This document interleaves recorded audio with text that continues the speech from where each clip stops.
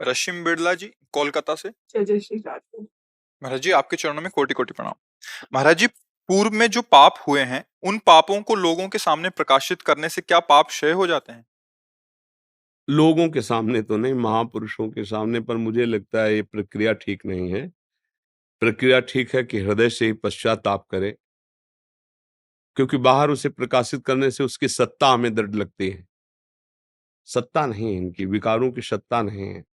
अब भूल से हमसे कोई पाप बन गया है या गलती बन गई या जान करके भी गलती हो गई, तो एक जगह है केवल भगवान को, एकांत कमरा बंद कर ले और भगवान के सामने बैठकर उनसे कहे कि नाथ, आपकी ही प्रबल माया ने छल करके मेरे साथ ऐसा कार्य करवा दिया मेरे से, प्रभु आप क्षमा करो।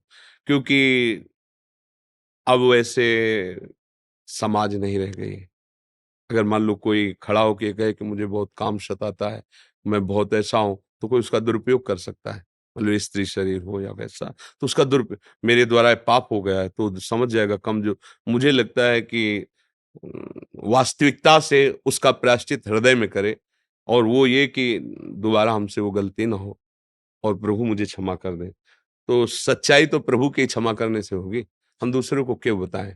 रहीमन मन की मन व्यथा, रहीमदास जी कहते हैं, रखिए मन में गोए, सुन इठले हैं लोग सब, बांट न ली है कोई। तो हमें लगता है सबसे बड़े महापुरुष भगवान हैं, और भगवान की छवि के सामने, जैसे श्री विग्रह बिहारी जी, राधा वल्लभ, ये साक्षात भक्त प्रभु विराजमान जाए, बस मन ही मन उनके सामने कि प्रभु गलती हो गई, नाथ क्षमा कर दो। आप क्षमा करो या दंड दो, पर मैं आपके शरण में हूँ। मुझे लगता है इससे सब नष्ट हो जाएगा। भगवान स्वयं वचन देते हैं ना कि हम तो हम सर्वपापेभ्यो मोक्षयिष्यामि मा शुचा। तो एक सिद्धांत है कि अपने पापों को यदि सभा में कह दिया जाए तो उससे क्षीण होते हैं, ऐसा है। पर मुझे लगता है अब वो समय नहीं है। ये कपटी संसार, छली संसार, वो फिर छल कपट करेगा, ठीक नहीं है। ऐसा उदाहरण भी आता है। एक अयोध्या के राजा थे, तो वशिष्ठ जी से पूछा, उनके शरीर में कुष्ठ था, कि मेरे पूर्व पाप से कुष्ठ आया, मैं क्या करूं, कैसे से।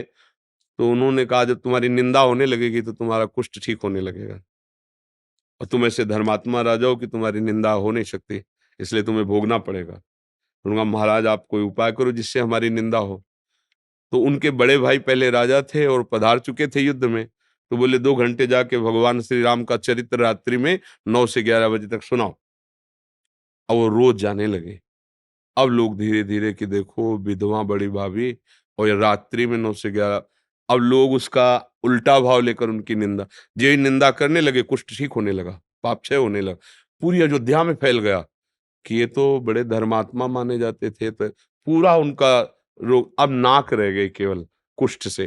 तो उन्होंने कहा, प्रभु नाक नहीं ठीक हो रही। बोले नहीं ठीक होगी। बोले क्यों? बोले अयोध्या में मैं भी रहता हूँ, मैं जानता हूँ कि तुम आप भगवान का चरित्र सुनाने जाते हो, इसलिए मैं निंदा करूंगा नहीं, इसलिए इतना तुम्हें भोगना पड़ेगा। तो ये ऐसा शास्त्रों में पाया जाता है। पर मुझे लगता है सर्वांतर्यामी भगवान से समर्थ और कोई नहीं है। भगवान का आश्रय लेकर उनका भजन किया जाए तो भगवान निश्चित, भगवान कह रहे हैं अपिचेत सुदुराचारो। देखो, एक अंदर की बात हृदय की कहते हैं, हम सब अपना परिवार जैसा है।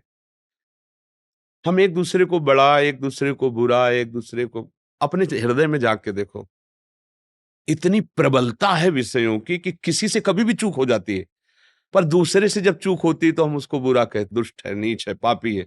और वही काम हजारों बार हमसे हो चुके हैं। हम अपने को शेप रखना चाहते हैं।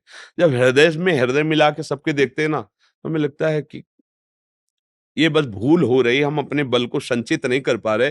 वो क्या है, ये गलतियां सबसे होती है। कोई ऐसा नहीं जन्मा इस भूतल पर, भगवान और भगवान के समान महापुरुषों के सिवा, जो इस माया से ठगे न गए हों। बड़े बड़ों को ठग लेती, बड़े बड़ों को ठग लेती। ठग लेने का मतलब अशुभ आचरण करा देती है। तो मुझे चाहिए कि मायापति भगवान की ही शरण में जाए और उन्हीं से प्रार्थना करें। किसी और से कहने में हमें अब सही नहीं दिखाई दे रहा। युग धर्म होता है, जैसे पहले क्या है कि अपनी खोल के बात सारी रख दी, तो अब वो हर उपाय करेंगे आपको बचाने का। आज हो सकता है कि हम जिस जगह खोल के बात रखें, वहीं से हमें धोखा मिल जाए।